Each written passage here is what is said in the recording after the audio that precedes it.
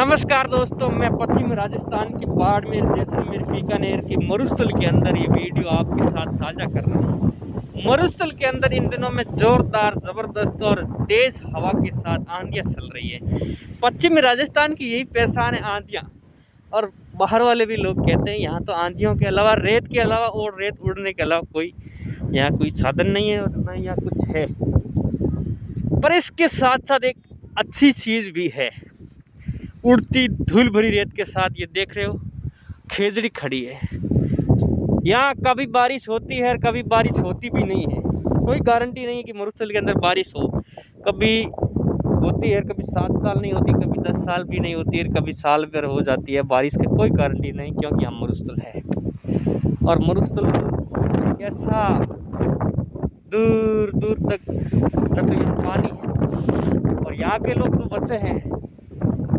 जैसे कम पानी के अंदर जो भी खेजड़ी खड़ी होती है, जो भी फल होता है वो ऑर्गेनिक होता है और वो एक आयुर्वेदिक होता है। तो यहाँ के लोग भी आयुर्वेदिक है एक तरीके के, क्योंकि न तो यहाँ कोई मिलावट है, सूखा खाना, सूखा पीना, न तो यहाँ कोई फल फ्रूट है।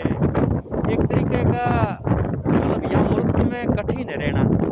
जो लोग संघर्ष और जो हिम्मत वाला, जो मजबूत आदमी, वो भी रह सकता है इस मरुस्थल के अंदर, क्योंकि यहाँ का एक वातावरण है वो बहुत ही कठिन वातावरण है। यहाँ रहना बहुत कठिन होता है।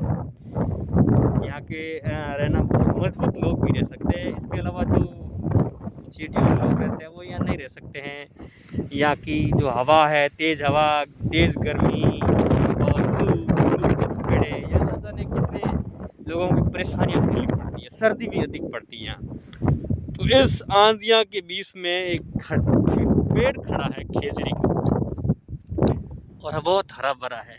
न पानी, ज़मीन खोदेंगे तो लगभग मुझे नहीं लगता यहाँ पानी, नज़दीक में कोई पानी नहीं, परंतु फिर भी एक खेजड़ी का पेड़ हरा भरा खड़ा है। और इस पर जब एक सांगरी, जो आप वीडियो में देख रहे हैं, अभी शुरू हुई लगनी, धीरे धीरे ये सांगरी आने लगी। इस मरुस्थल के अंदर एक ऐसा पेड़ है खेजड़ी पर लगने वाली सांगरी एक मरुस्थल के लिए वरदान है। ये बहुत ही आयुर्वेदिक सब्जी है जो खाने में स्वादिष्ट, और इसमें न जाने कितने स्वास्थ्य के प्रति अच्छे गुण रखने वाले इसमें तत्व मौजूद है। तो मरुस्थल अपने गोद के अंदर एक ऐसी चीज समाये बैठा है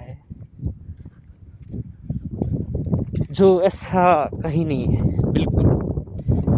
क्योंकि आजकल एक हाइब्रिड खेजड़ी आ गई, जो उसमें दवाइयाँ डालो और सांगरी लगती है, उससे ये लाख गुना बेहतर है, लाख गुना बेहतर।